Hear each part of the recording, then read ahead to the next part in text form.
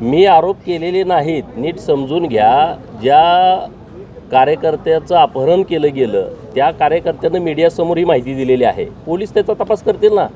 रोहित पवारांनी एवढं घाबरून बेदरून जाण्याचं कारण काय आहे? त्यांनी घाबरण्याचं कारण नाही। त्यांनी केला नसेल तर ते पोलीस तपासात येईल ना।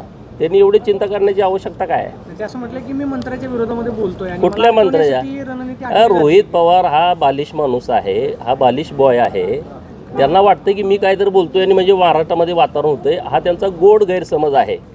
कुठल्या मंत्र्याच्या विरोधामध्ये बोलणं आणि न बोलणं हा विरोधकांचा अधिकार आहे, त्यावरती त्यांनी बोलत राहावं। परंतु त्यांना जी नेता होण्याची अत्यंत घाई लागलेली आहे, गडबड झालेली आहे, पण त्यांना खूप अजून अवकाश आहे आणि त्याच्यामुळं अशा प्रकरणामध्ये आता त्यांनी काही तुमच्या कार्यकर्त्याला सांगितलं का त्याचं अपहरण करा, त्याला नेऊन तुम्ही मर्डर करायचा प्लॅन करा? हे काही कुणी त्यांना सांगितलं काय? म्हणून कुठला तरी विषय कुणीकडे तरी डायव्हर्ट करणं हे रोहित पवारांनी थांबवलं पाहिजे आणि मूळ मुद्द्याकडे लक्ष दिलं पाहिजे। 2021ला माझ्या गाडीवरती हल्ला केला, ज्या कार्यकर्त्यांना हल्ला केला त्याच्या छातीवरती शरद पवारांचा टॅटू आहे, हे विचारा ना त्यांना तुम्ही। महादेव देवकाते नावाचा दुसरा एक त्यांचाच कार्यकर्ता आहे, त्याच्याही छातीवरती शरद पवारांचा टॅटू आहे।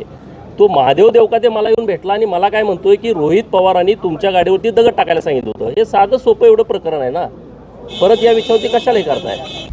आता isakal.com आहे देशातील नंबर 1 ची मराठी न्यूज वेबसाईट। प्रत्येक अपडेटसाठी isakal.com ला नक्की भेट द्या।